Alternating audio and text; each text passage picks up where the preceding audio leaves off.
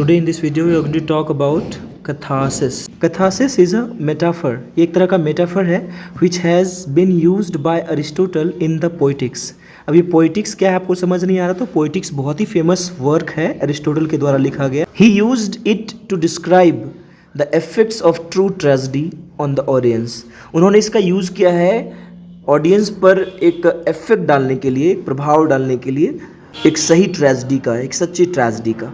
It is also considered as the purification of the emotions, specially pity and fear. हम सभी जानते हैं कि ट्रेजेडी का दो बहुत ही मेजर फीचर होता है, पिटी एंड फियर, और इसका प्योरिफिकेशन के लिए यूज़ किया जाता है.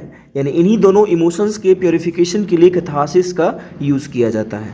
The term catharsis has been derived from the Greek medical term catharsis.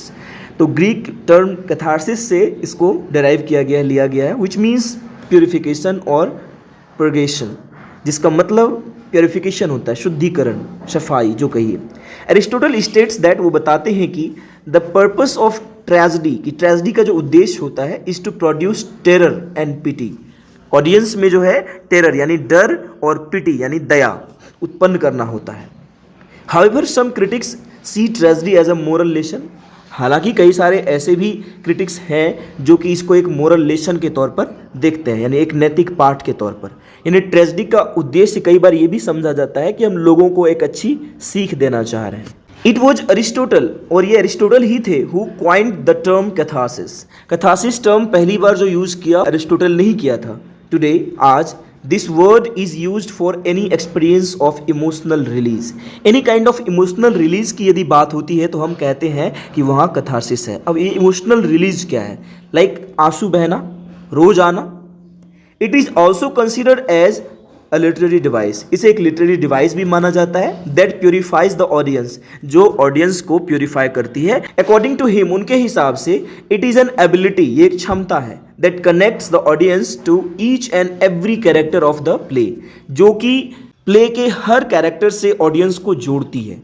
यानी कई बार ऐसा होता है ना कि हम किसी प्ले या किसी मूवी के कैरेक्टर से इतना ज़्यादा जुड़ जाते हैं कि हम समझने लग जाते हैं कि हम भी उसका एक हिस्सा है. It makes the audience feel the same intense emotion that a character feels, और उसी कैरेक्टर के इमोशन को हम भी फील करने लग जाते हैं, हम भी महसूस करने लग जाते हैं. दिस इज द रीज़न, और यही कारण है that it can only be felt by audience members. ये सिर्फ ऑडियंस ही इसको फील कर सकते हैं, ये कैरेक्टर के द्वारा फील नहीं किया जाता. कैथार्सिस जब भी फील किया जाएगा वो ऑडियंस के द्वारा किया जाएगा. इसीलिए इसको ऑडियंस का ही एक इमोशनल रिलीज कहा गया है. यानी कोई मूवी देखने के क्रम में आपसे कई बार ऐसा हुआ होगा कि आप रोने लग गए होंगे कोई इंटेंस ऐसा इमोशनल सीन देखकर, तो वो आपका क्या है, वो वहाँ पर वो कैथार्सिस क्रिएट कर रहा है. फॉर एग्जाम्पल, उदाहरण के लिए, टू द लाइट हाउस, जो कि वर्जीनिया वुल्फ के द्वारा लिखी गई है. Romeo and Juliet William Shakespeare के द्वारा लिखी गई है. लॉर्ड ऑफ फ्लाइज, जो कि विलियम गोल्डिंग ने लिखी है. थिंग्स फॉल अपार्ट, इसे लिखा है चिनुओ अचीबे ने, जो कि अफ्रीकन प्ले राइट थे. Death of A salesman bye Arthur Miller. ये सारे जो एग्जाम्पल्स हैं वो कैथार्सिस के एग्जाम्पल्स हैं. ये काफ़ी इमोशनल, इंटेंस इमोशन आपको दिखेगा इन सारे प्ले की बात करें तो. थस, इस प्रकार वी कैन से दैट, हम कह सकते हैं कि catharsis is a very popular literary device. ये काफ़ी पॉपुलर लिटरेरी डिवाइस है which is used by play rights, जिनका प्रयोग जो है नाटककारों द्वारा किया जाता है, मोस्टली इन ट्रेजेडीज, खास करके ज़्यादातर किसमें, ट्रेजेडीज में. अपार्ट फ्रॉम इट, इसके अलावा we also experience it in our day to day life. हम इसे दैनिक जीवन, अपने यानी रोजमर्रा के जिंदगी में भी इसे महसूस करते हैं. So it can be said that, हम कह सकते हैं कि it is equally important both in the field of art and life, कि यह आर्ट के फील्ड में तो इम्पॉर्टेंट है ही, साथ ही साथ हमारे जो डे टू डे लाइफ है, हमारे जो दैनिक जीवन है, उसके लिए भी यह उतना ही महत्वपूर्ण है.